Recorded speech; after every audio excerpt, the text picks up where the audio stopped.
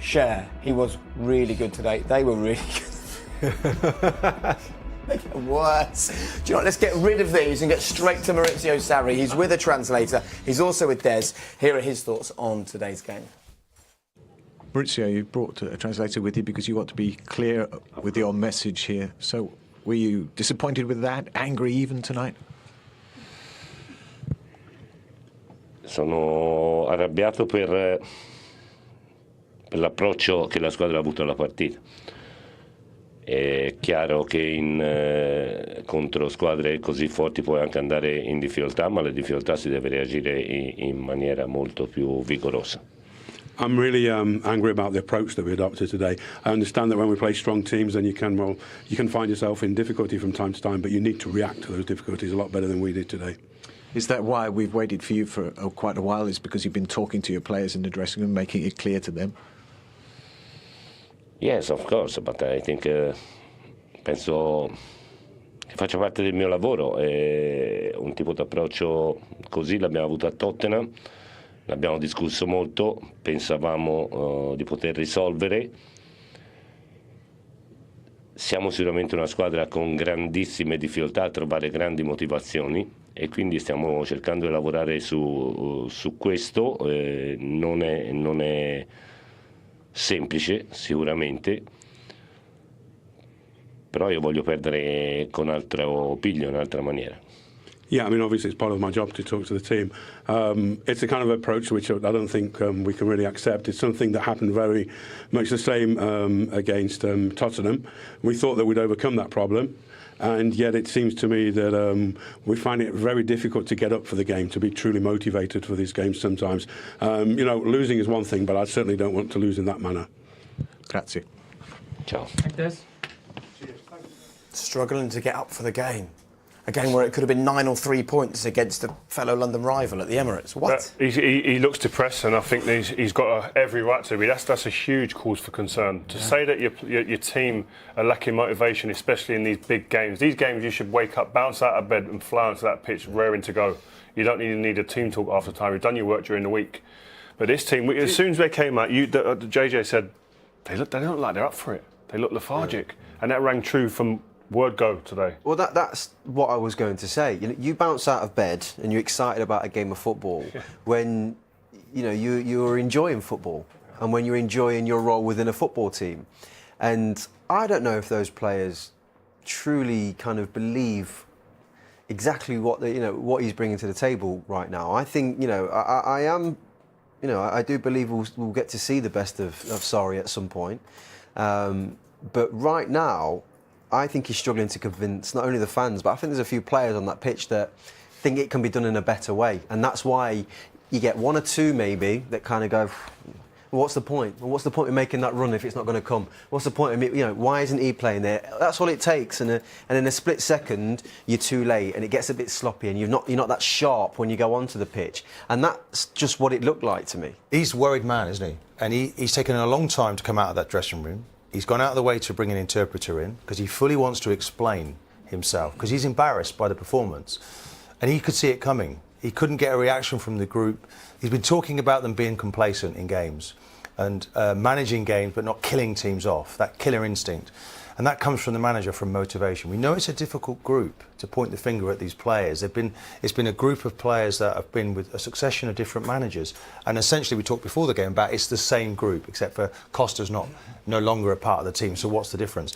It's almost as if that you have to impress the players when you go in there as the manager. And you can be the one that's on trial. And he's allowing that to happen. I don't know what was said in that dressing room, but he's got to switch it back now to the players and make them aware of their performances. It's down to the players. He gives them direction. Everybody wants to blame him and say, well, look, why is Kante not playing in position? Why is there not a centre forward? He is giving excuses to the players, but they were not up for this game today. This is a North London derby game against West London team from Chelsea. You've got to be up for it, and it just wasn't there today, and that's alarmed him more than anything else. I don't know. When he came over here, immediately there was a reaction with this team. Yeah. There was an immediate reaction from a tactical perspective, but also the intensity and with this team, it changed straight away. And everyone was singing his praises. There were players coming out talking. Hazard had a spring in his step again. He looked like the old Hazard again playing.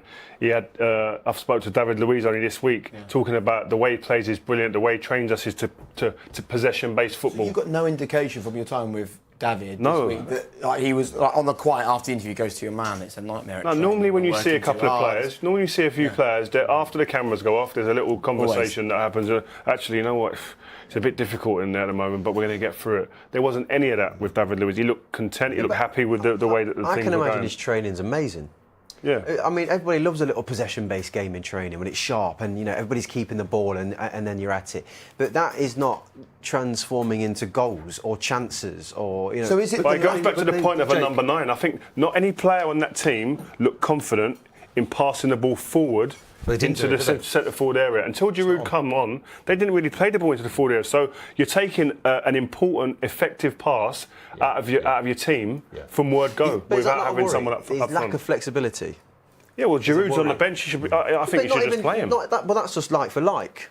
You know, has he even played a different system yet? You know, because he's obviously very in his ways with regards to Jorginho. Jorginho is going to be playing, and I get the feeling that the minute Higuain lands, he's going to be exactly the same. They're going to be immovable within their team no matter kind of what happens.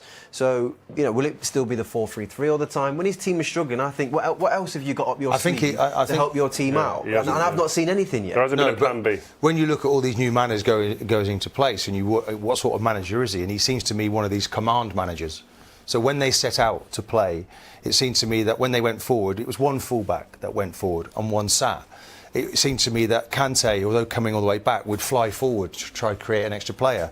It would seem that Hazard would tuck in and William would tuck in, coming in off the lines, making it difficult for the opposition to play against them when they had a striker. To take that striker away, it's unbalanced. They don't have the same movements, but there was clear messages at the start. So those commands were accepted and everyone could see and felt it was good.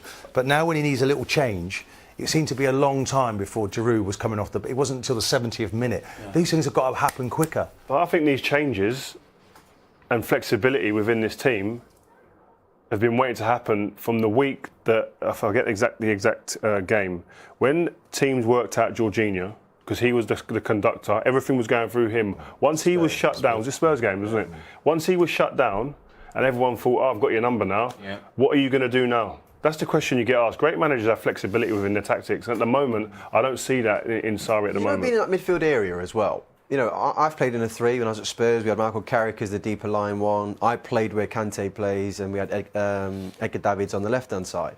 And, you know, for Carra, at times, as good as he was in that area, the minute a team realise he dominates the game, they start getting around him. And he'd say to me, Jay, just switch me for us. I mean, you know, you need movement in there. You need to be able to kind of have a little bit of freedom to get Jorginho free. So today, when Aaron Ramsey's following him all over the place, he needs to get out. Run him away. Run him away. And go, come on, let's have some movement I think you've got to look a little bit at the group, and you've got to look at if they're going for first place and first place is available, they're still up for it.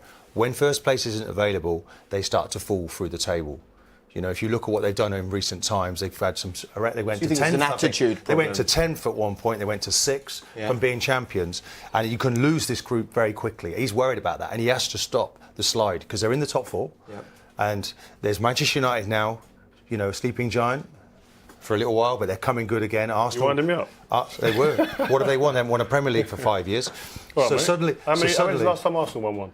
It was 14 years All ago. right, gentlemen. It was 14 years ago. But Chelsea have won 5 in that period. Pardon? So you have to respect them, Chelsea. Giants, But they've lost their way. Sleeping giant, that's a bit. I think it's a bit hard. I thought that might offend They're you. not sleeping anymore. So look, just a few crucial questions. Can he play? You know, he came over with this Sarri ball thing, didn't he? He was going to be the high press and loads of energy, and they were going to dominate possession and dominate teams. Can he do that with this current set of players, or do we now need to see, after 6 months, Chelsea go into the transfer window? We know that Higuain may well be on his way. That might solve a big problem up front. No, I think they showed signs in the early part of the season. I think a lot of us have watched games live as well, here with BT. And we were like, wow, this is impressive. He's put this in place. He's got his philosophy right on with these guys at the moment. The training must be bang on every day. But then again, you need that flexibility. You need a plan B, and I'm yet to see that with this Chelsea team. Teams have worked out how they play, and teams are pressurising them and really not allow them to play through the middle of the pitch. He's been let down real by his strikers, hasn't he? Morata and Giroud. They've hardly got a goal between them. It's not enough. Well, Morata's not been in the last 2 squads. Yeah. No team in the top 6 has scored fewer goals. If you than put the Chelsea. 2 strikers in the Arsenal team, in the Chelsea team today, it would solve their problems. You know, Arsenal have got that. So could Higuain be the answer? Could that solve that focal point? But up Giroud, front? they bought Giroud, yeah. Giroud isn't known for his goal scoring ability. He's not there for his goal scoring ability. No. He's there for his effect. He's effective. He can pin 2 defenders. He can take care of 2 defenders, and then players can play off him. What was Hazard saying when he first come here? He was playing into him, running off him, because he knew once I play it into Giroud, I'm getting it back. He knows what he's getting. That's a platform to play from. Yeah. I think the final question really is about Sarri. To come out just now and call out his players' attitude for a game as big as this, that shows how desperate he is. He's right and to how do that. worried he is, doesn't it? Yeah, it is. He's a worried man. That's the worrying thing watching it. If you're a Chelsea fan, where they almost look like Arsenal did. You know, at times when they've been poor over the last few years, when they're not at boiling point, they're not street fighters, and he's got to get that back quickly. Okay, loads of comments coming in on social. Let me just share a few with you. We saw better football under Conte, says P20. Sarri ball has been nothing short of a massive disappointment. 2.5 seasons of mediocrity. This is Atat, says, why am I watching sorry ball, not Sarri ball? Ozzy Osgood says, time we woke up and realised he's a myth, along with his Sarri ball and his boy Jorginho. This is worse than AVB or Conte last year. You need to start challenging him on this. Same team, no plan, players out of position, right in front of all our eyes. I hope you feel we have fronted up with the issues. Safra says, Conte's era, suffer without the ball. Sarri's era, suffer with the ball. Nick McKenzie, another shocking performance from Chelsea. Sarri's clueless and only knows one way to play. So when teams shut them down like Arsenal did, we have no other options. Kante is a shadow of himself. Hazard will leave if this continues, and he's not a number 9. We've got to go to a break, but are Chelsea fans being a bit too harsh there? Or they're still in the top 4? Or do you share their concerns that strongly? I do, yeah. I do share the concerns. You know, that is a strong squad of players that he has at his disposal, and yeah, top 4's top 4. Is that what? I don't think Chelsea are about top 4 personally, so it's not going too well at the minute. Okay. You can hear the music. That means it's time for an ad break. Letting us know it's time to go to a break. Lots more still to come. Thanks for your comments so far. Keep them coming in. Fascinating conversation, by the way, so thanks for that. See you in a moment.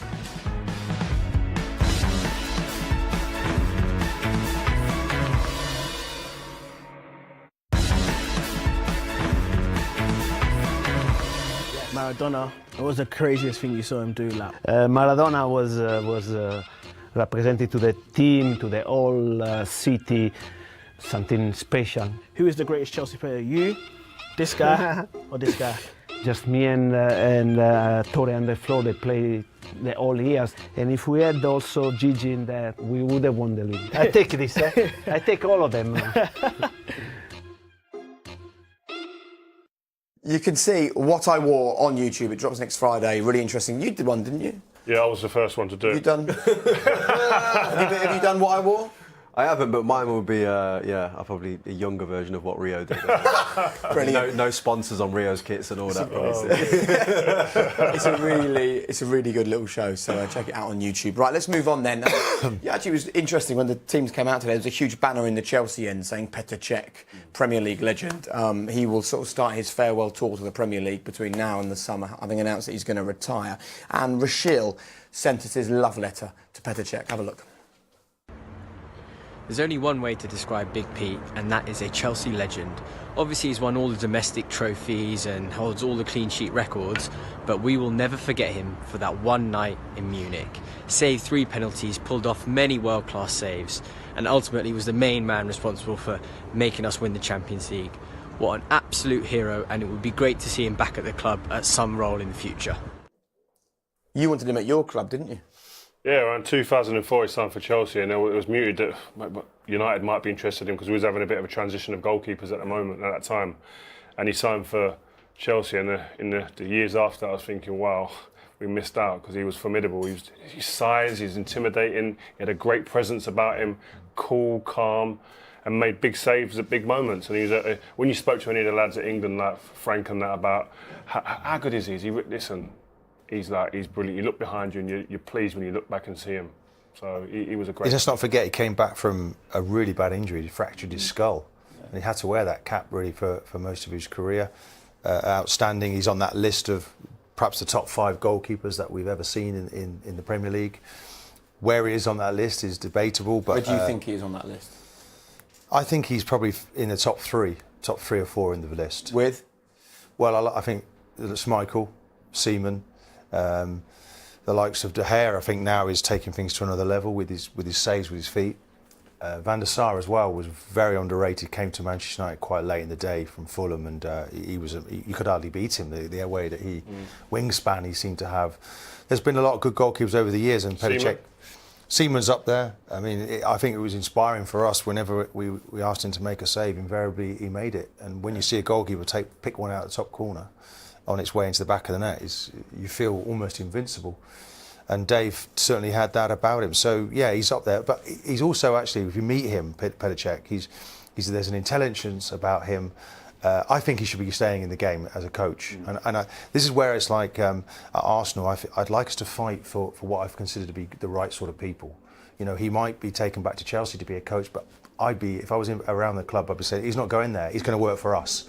Because I think you want the right people in the building, his work ethic, the way he conducts himself, the role model. I think he's an outstanding individual and he's been a great success. I had a conversation with Emma Hayes yesterday, who's obviously the Chelsea ladies head coach. Yeah.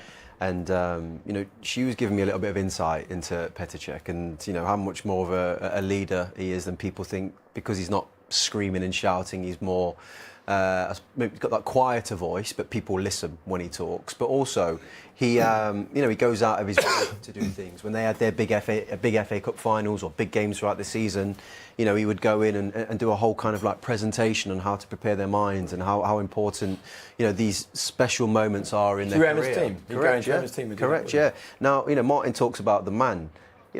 I'm not sure I came across many people like that in my career. Going out of their way to do things like that and have an influence on others in that way and try and help them through big moments. And you're right, Martin. It's how many more do Arsenal just drift away out the doors? You're talking about people like Ramsey, Oxlade-Chamberlain. Fair enough, okay, but the experience and that kind of know-how that Petr has. My first question is: he's 36. Why is he retiring? Go and be a number 3 and just guide Leno. He's right at the start of his journey. Guide him in this Premier League as to how he can get to anywhere near where. You don't want him lost to the game, do you? I get why he probably doesn't want to retire. He's been right at the top his whole life, challenging, winning European Cups and challenging for leagues. I get it, but at the same time, I feel like he must have so much information to pass on to the other goalkeepers, or to the kids in the youth teams and so on. Is it a hard thing, do you think, to go from being the main man? Because as the goalkeeper, you play or you don't. It's not like you come in and out of the team. To go from being the main man and making saves like that to going to be a number 2 or number 3, maybe it's partly an ego thing. It's a hard thing to drift away. Courtois came in and took his place, didn't he? No disgrace in that. And I think at the start of this season he was going for it. It was like he was scrapping for his life to stay in the team. There seemed to be the world and his man was against him a little bit because of the way that perhaps the manager wanted to play and he couldn't be as creative and pass the ball. I don't think Leno's any better than him in that department, to be honest with you. I think that Leno is perhaps the current future. I think Leno is better with his feet. I think Leno is better. He might be better, but I think perhaps Petr Cech is still a better goalkeeper, and that's he's 36 years of age, and he's decided to bow out. Maybe he wants to spend a bit of time with his family. The work demands are quite extensive. I think he lives on one side of London. Maybe it's taking him quite a journey to. People will laugh at that, but it might take him 2 hours, 3 hours to get home each day, and he's decided he wants to just sit out. There's no football at the end of the week. I mean, it makes a difference, doesn't it? Playing is the oxygen for every player. It doesn't matter if you're Petr Cech or you're just starting out in the game. I think the game's evolved now. The demands on a goalkeeper and the requirements of a goalkeeper are so much different to when he would have started out.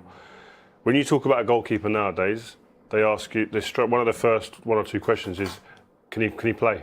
He's good with his feet. Yeah. Distribution. That was never ever. That was unheard of when he would have started playing football. And that's the whole change. It's shifted totally. So, and I don't think his game probably leans towards that. In terms of basic goalkeeping and saving the ball, keeping the ball out of the net, he's tops. And you think that would influence his decision? I think so, yeah, because I think that the distribution part of goalkeepers' games now are under scrutiny more than ever. Okay. I suppose the other interesting thing is what makes a great goalkeeper like Petr Cech. He was a great shot stopper, perhaps isn't so good at distribution, but what about particularly the centre halves, the goalkeepers that you played next to or in front of? What he was great at, he could snuff an attack out like that, could come out and claim a ball. We'd be playing sometimes and someone would whip a ball in the box, the other keepers would be scared to come out and get. He'd clear everyone out of the way, come out and take the ball. That's disheartening for a team sometimes when you see that happen. We can't put the ball in the box. He keeps coming and claiming it. Yeah, but it breathes energy into us. Into the other team, yeah. The other team start building. Jens Lehmann was one of those. He would come in for everything, crosses, He'd the miss whole a few, shebang. though, wouldn't he? He wasn't consistent. He didn't miss many because he was 49 games. It was 49 games before he played in a losing team, by the way. Was it? You had good defenders though, didn't you? Well, no, we had a good goalkeeper. Good. What about the goalkeepers that you play with over your career? Did you have a particularly good relationship with any? Go on. Yeah, with Van der Sar came. He had bags of experience. Impressive. In his 30s, he came to United, and he was ridiculous. Left, right foot. He said, get the ball, and he'd have all the time in the world, and I'd run up the pitch, and he'd shift it on his left foot and kick it out, and I think. Are you taking the mick? He was unbelievable. But he came up with massive moments, saves that you thought he shouldn't make sometimes. Yeah. What does that do for you? Confidence. And what he was good at was taking criticism as well, because I was a moaner. So if a goal went in I didn't agree with, or I thought he should have come, I'd scream and shout at him, and he wouldn't even say a word. He'd just brush it off, and that just transpired through the team. You had an issue. If anything went in near post, you weren't happy, were you? Yeah, and he had a calmness that transpired through the team, and you need that. You don't want panic. I think that's the word there for any defence or a centre half. In the moment of chaos, when balls are flying across the box or it's right on top and you're under pressure, you need one person to be able to just go. Just calm down. They're a different breed, aren't they? I can handle this by either catching it, taking the time, and the best do that. David Seaman was so laid back in the dressing room, he was almost asleep. You know, and Neville Southall was the complete opposite. And we didn't mention Neville Southall. What an outstanding goalkeeper he was. Totally different animal. Pace that he had around the goal. He was an animal. He was fearless, and he would pluck out saves. But Dave was measured, calm, and you used to have to sort of get Dave. Dave, are you nervous? He just that big laugh, that he used to give you. And it just, and good. He just used to just give you that confidence that he'd be there when you needed him. You know what? But David De Gea is different. But he didn't come in with experience. He came in as a young kid, huge potential. And a lot of the players, when we first saw him, was like questioning, like, is he going to be good enough? Well, everyone did. Do you remember that first season? Everyone was like, what is this guy? His frame, he was skinny. Around, he was missing shots. He looks like he weren't seeing balls quick enough. And again, that goes back to coaches seeing the potential and believing and trusting in these young kids to come through and giving him that time. And that's what we're asking of managers to do now with these young players. Callum Hudson-Odoi we're asking about it at Chelsea. Give him the time. He's a perfect example, David De Gea, of someone who came into a huge club, huge potential, big price tag, who was given time to excel. And look at him now. The thing about De Gea was his performance recently against Tottenham. We're actually talking about the goalkeeping saves, because we're now we talk about Ederson and Alisson, the great passers of the ball. Well, actually, he's there to make a save. With his feet as well, I think he's taking it to another level. The world is changing. Mark Warren says, Petr Cech, a true professional and absolute star for Chelsea. Great to have him back at Stamford Bridge in a suitable role next season. Martin's already got eyes on keeping him here. Mr. DT says, we may have signed him at the end of his career, but I'll always be grateful to Petr for what he's done whilst here, a model pro who had an unbelievable career. And Babiana says, Cech was such a beast, unbeatable. I trained myself to never cheer a goal against Chelsea till I saw it hit the net. Very good. Thanks for your comments so far. Thanks for being part of the show. As always, what these three have to say is really important, but your comments as well are crucial. So, Liverpool fans, get in touch right now. We're going to talk about your team, the chance for you to win the league, and the importance of Mo Salah straight after the break. Stay where you are.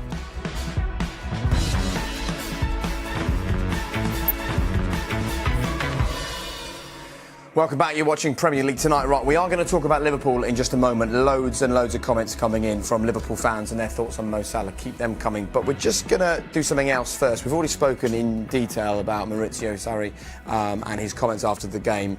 There are more comments coming in.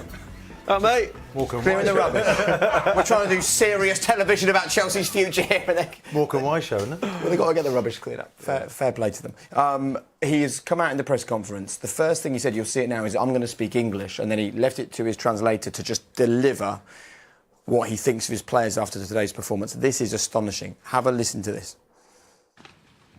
Today I prefer to speak Italian, first of all, because I want to send a message to my players. And I want my message to be very clear.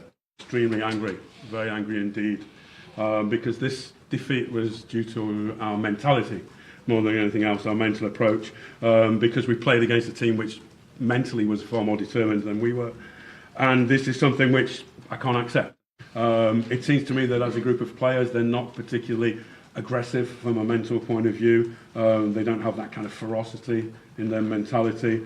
And that's something which I think is down to the type of players they are, their characteristics, and it's something which is difficult to change because you have to try to influence their mentality, and it's something which could take quite a long time. By the same token, it could be changed by a new player coming in, or perhaps one of the old heads in the team assuming responsibility and driving the rest of the team forward. Wow.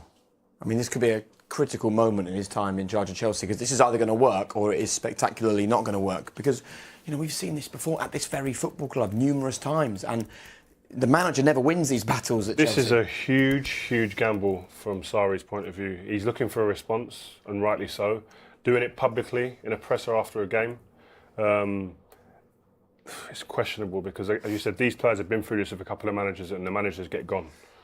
Yeah, I mean, it's everything at Chelsea is short term, really, except for the players. So he's gone to war with the players now, and is he going to survive this? And he's talking about mentality and the hunger of the team. It's going to have to work, because they'll just change the manager. They won't change the players. This group of players has survived quite a few managers. They've been to a degree of success there, you have to say. But at the moment, the wheels are coming off, and he's really put it out. He's blaming the players. He's digging the players out. It's over to them. Are they going to perform? Are they going to improve things on the pitch? If it doesn't improve, then they might look to change the manager. Have you ever been in a position where a manager does this and it actually works? It's effective. The players come out in 7 days' time and deliver for you. I don't really get the public one. No. I really don't, because whatever can be said, if he wants to get hold of me, have a scrap, tell me to my face that I'm a disgrace and I'm not doing what I should be doing on the pitch, I'll accept that, and that's fine, and I'll go and have a look at myself and address that in training, come Monday morning. I don't get the whole coming out to the public and going down that road. As Rio said, it's a massive gamble.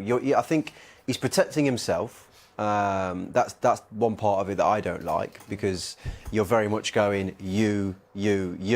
Well, where's the collective team thing within all that? You win together, you lose together. It's a simple, It's a simple thing. Now, everything that's happening on that pitch they're his team. He's preparing them all week. There's a reason why they're on that pitch in that mood. So he has to assume some responsibility himself. So whatever he's saying in that press conference, he needs to put on his own head as well. And that's what I've never liked about that public disgracing. I think he's right, by the way, but say it in the dressing room. Yeah, I think he's right in the first half. I think in the first half they didn't start the game, and that's where they lost the match. I saw a reaction. I wouldn't say they've lost the players, the likes of Alonso, fullbacks both getting forward. They just didn't have the quality to put the ball in the back of the net. They didn't have the structure to do that, and he's at fault for the structure as much as the players. So it's not them and us situation. That's what he's trying to make it. Yeah, that's the problem, that's the damage now. He'd be collecting, coming back to the situation, and who are going to be the runners and riders that he can rely upon now to get them out. I just think of it, if I was a player in that change room, if he'd come out and he'd hammered the players and said, but on the other hand as well, I'm getting a few things wrong, but I'm going to address my mistakes and I'm going to get them wrong. I think he'd have had everyone in that change room on side, and they'd all go, you know what, he's right. We didn't play right. This is all about their need to adapt and not his need to adapt. No, but we spoke about it straight after the game in our after-match analysis. Tactically, there's a few things not right in this team, and two basic things are two players, his best players, playing in wrong positions, Kante and Hazard at the moment. So that's on him. That's down to him to address that. And if he took some form of responsibility publicly before that rant, I think he'd have a chance. It's interesting how he didn't want to say it himself. Maybe they sat the interpreter. I didn't say it. He didn't say what I meant. You know what's also interesting here is that, Jermaine's come out and said the public one is an issue for me, do it privately.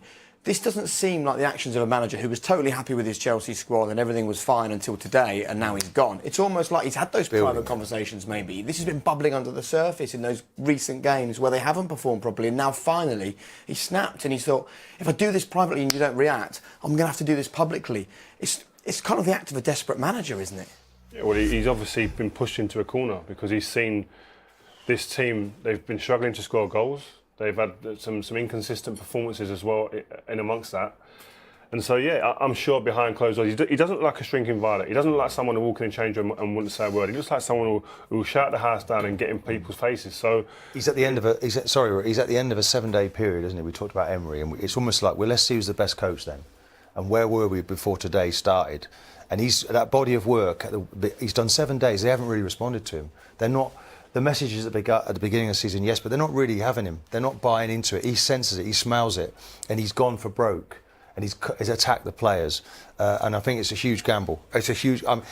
I think he'll ride out the storm, and I don't think Chelsea will sack him. But there's that fourth place now. Everyone says, you're playing to win the Premier League, but Manchester United, Arsenal, Chelsea, all going for that one position. And you look at it now, who's best placed to do that? It doesn't seem there's the stability there at Chelsea to carry that through at the moment. It's huge. I look at today and you see Kante, who's been one of the best players in the Premier League for the last couple of years. Even him, someone as pure as him, his body language today wasn't the Kante that we've all seen. Yeah. He didn't have that spark and that bounce in him that he normally has. And that's a player there who I'm sure is sitting there saying, I've done nothing to be pushed out of my position. I'm the best. I'm one of the best. A humble human being he is. He would sit there as a professional and say, I'm the best in that position. Why aren't I playing there? They've stopped believing in the manager. Rudiger and David Luiz, we were saying, who was sat here, who's marking in the box? Ball goes out wide, you get back as quick as you can. You try to pick up, you recover. Rudiger wasn't doing that at all.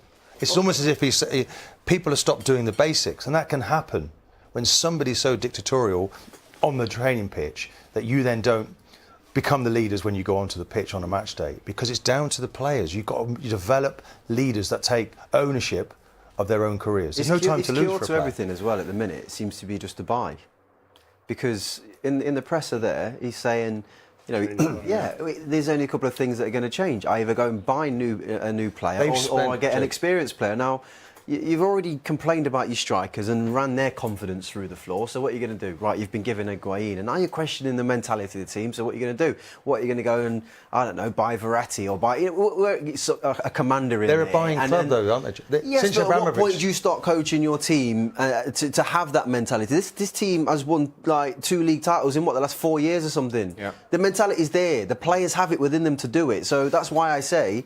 it's a collective thing. You're all in the same boat together. Managers, coaches, goalkeeping staff, just sing off the same hymn sheet. This just creates a divide for me. Is he still being assisted in the transfer market in the way that previous managers were? They've spent £1.5 billion since Abramovich has been at that football club. Contrast that with Arsenal, who's spent half of that. You think about every one of those 5 Premier League trophies they've won has really cost them £1.5 million pounds. 150 million to win those trophies. It's an hell of a lot of money. And this manager's looking at it and saying to himself, where's my cash injection? He's just done 60 mil on Pulisic, by the way. Yes, I know, but he wants... And he's getting Higuain. He wants a centre forward. But they're addressing that now, though. Yeah, well, maybe though, he wants he wants to change the whole lot. Barkley. Maybe there's the fabric of this team that he wants to change right the way through, because the nucleus of these players have been there a long time. Well, Abramovich doesn't seem to like a man who's got patience. No. He's not someone who's patient with his managers. Chelsea under Abramovich, though, has not been built on patience, has it? It's been built on the quick fix and winning trophies. I don't think money and being backed is the issue. I think he's had money to spend. You've got when he first came, coaching wasn't an issue because he straight away you saw his identity through this team immediately. It's about being able to be flexible and being adaptable in this league. Can you imagine that conversation? There's a new manager coming in and you're a Roman and you say, well, what do you want then? And he goes, well, I need a holding midfield player. You wouldn't know what to say, would you? You'd be like, have you not seen N'Golo Kante, you know, and what he's been doing for the last couple of years? But he still gave him the money to go on then, I'll give you what you want. We've got to take a break, but there's only one thing I really want to know. Just tell me, what will be happening now among the Chelsea players? How do players react to this? The WhatsApp groups will be going bananas. Have you seen that? Get on this. The links will be being sent through the WhatsApp groups. Get on this, and then there'll be comments going on, and then they'll abort the WhatsApp group. Getting it as well. They'll all abort the WhatsApp group after that. Is that what'll happen? That'll happen, yeah. You sound like you've got experience in this area. I've seen it. I weren't involved, but I saw it. The kind of defence that never works, never stands up in court. But this is a toxic mix, though. This is like, you know, you're saying these are players that look like they don't believe in the manager's methods. And it's a manager who's just come out and said, I don't believe in the players. Sean Gota has sent us a tweet. Good evening, Sean. This is a car crash about to happen. Definitely the wrong move from Sarri to create a them and us in the media about his players. Get your popcorn. Watch this space over the remainder of the season. Cheers, Sean. Gentlemen, thanks for your comments on that. Right, that wasn't what we were planning to talk about just there, but there you go. Right, we're going to take a quick break. Final part of Premier League Tonight comes next.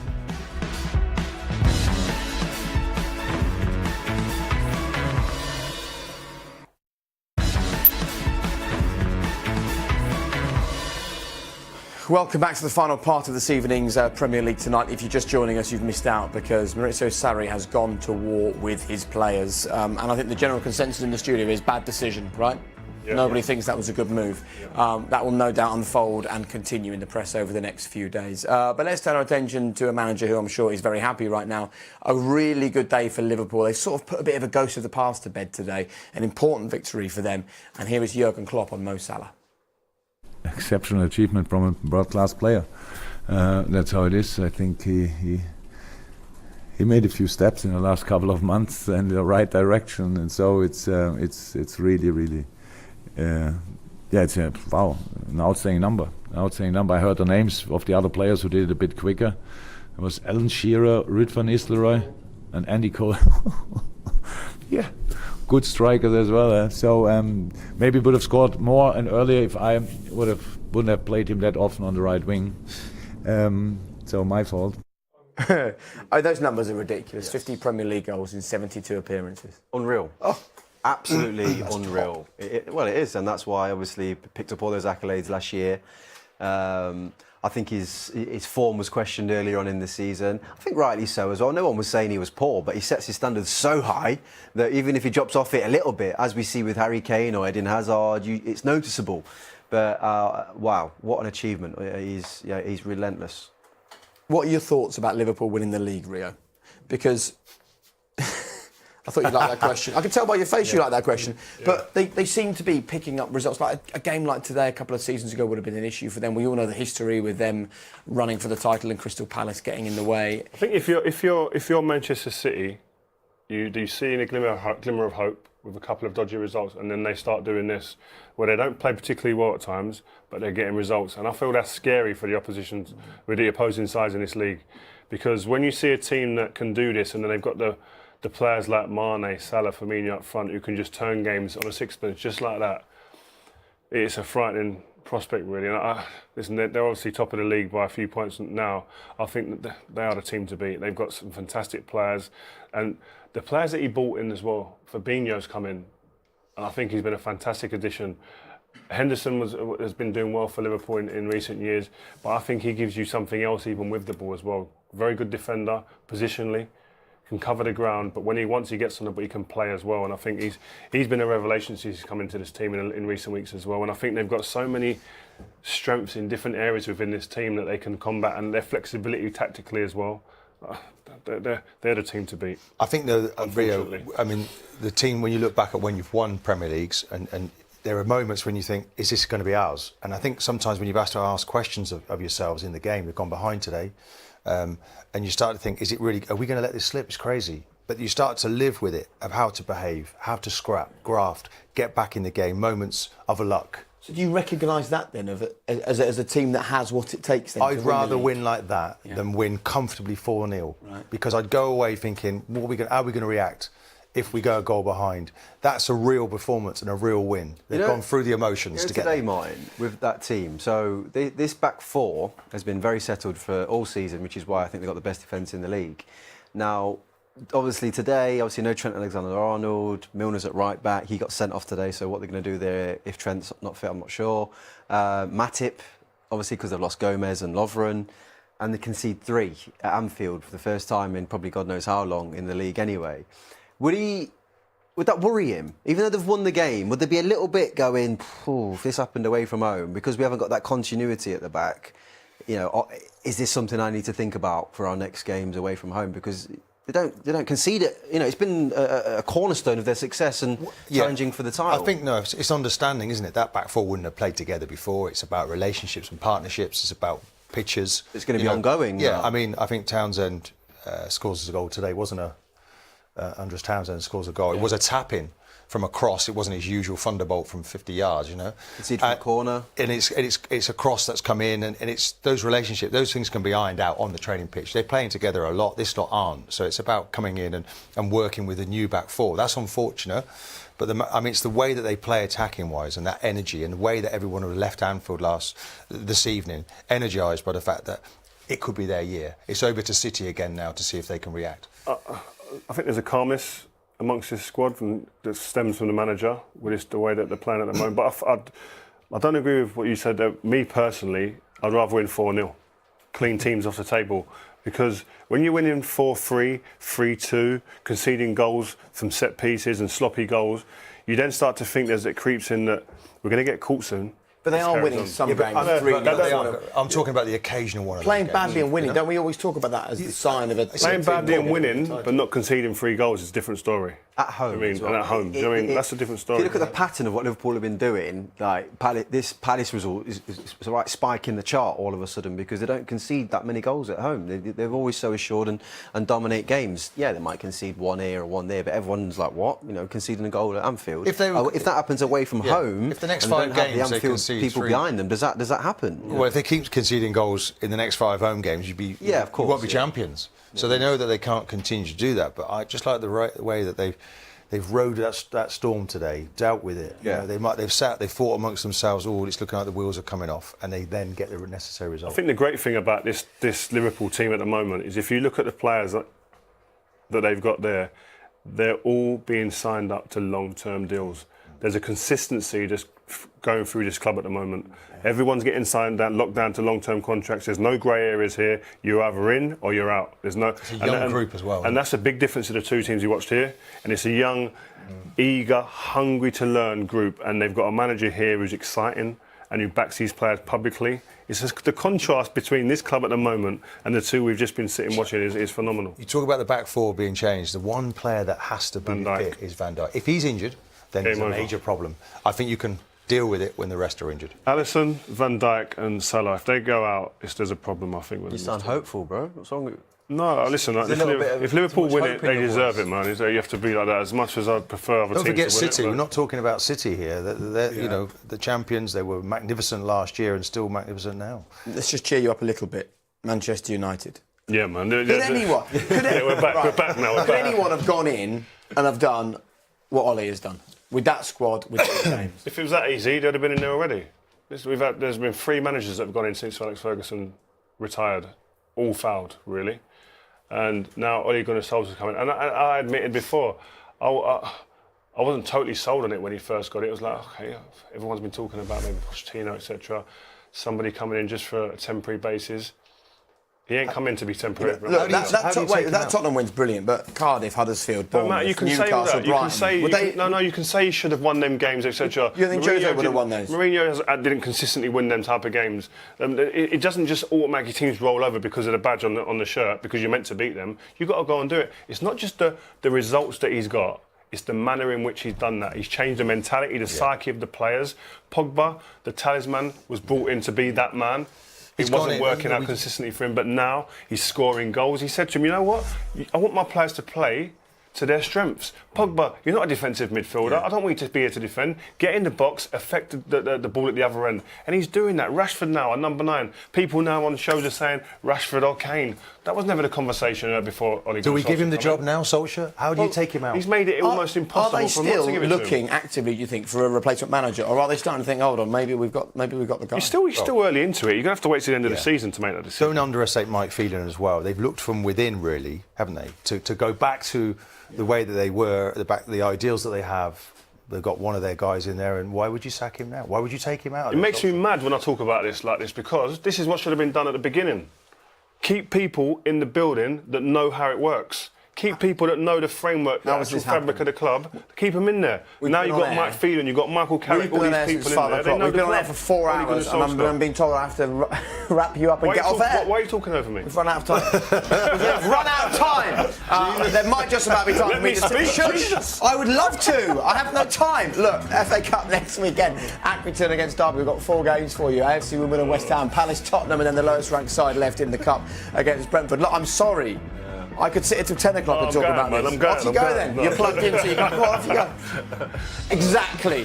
Don't write cheques you can't cash. We shall see you in 7 days. Chelsea interpreter's just been sacked, by the way. I've just been sacked. Just coming through my ear. Is that the MP, Tom Watson? No, it's not. Right. Thank you very much for coming. We're now about 5 minutes over. I'm in serious trouble. Thanks for joining us, and we'll see you for plenty more football love on BT Sport very soon. Bye-bye. To get one in the last minute. No words at all. Absolutely superb again. We got what we deserved today, nothing. We move on. Come on, you Irons. It certainly wasn't a classic. It's ended goalless. Watford 0, Burnley 0. Everything we expected it to be, pretty much, from a Sean Dyche and Burnley side. Most Liverpool fans are feeling like I am. The anticipation, the need for this league, the stress, the strain, it's too much. It's too much.